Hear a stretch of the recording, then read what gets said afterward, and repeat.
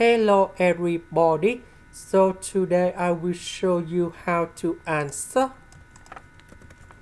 about s to the power of 4, that is about s squared everything to the power of 2. So we can use about integration by substitution. So I will put about s squared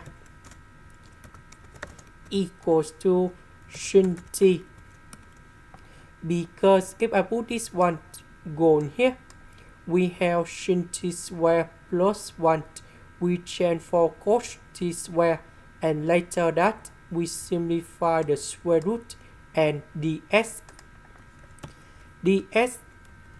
So we need to do first the derivative of s squared, and you got 2s. This one that is about cos t dt. So I will put this one gone here. 2s ds, we change for this one.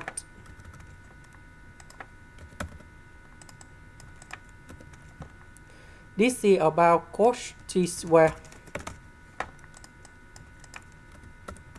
This is about cos t. And now we simplify, and you got about dt. The integration of dt, that is about t, and I will put about c. About t, that is about this one. So we put the square root for the both sides. Oh sorry, we don't need to use the square root. So we got about t equal to option of s squared. So I will put this one to change for t.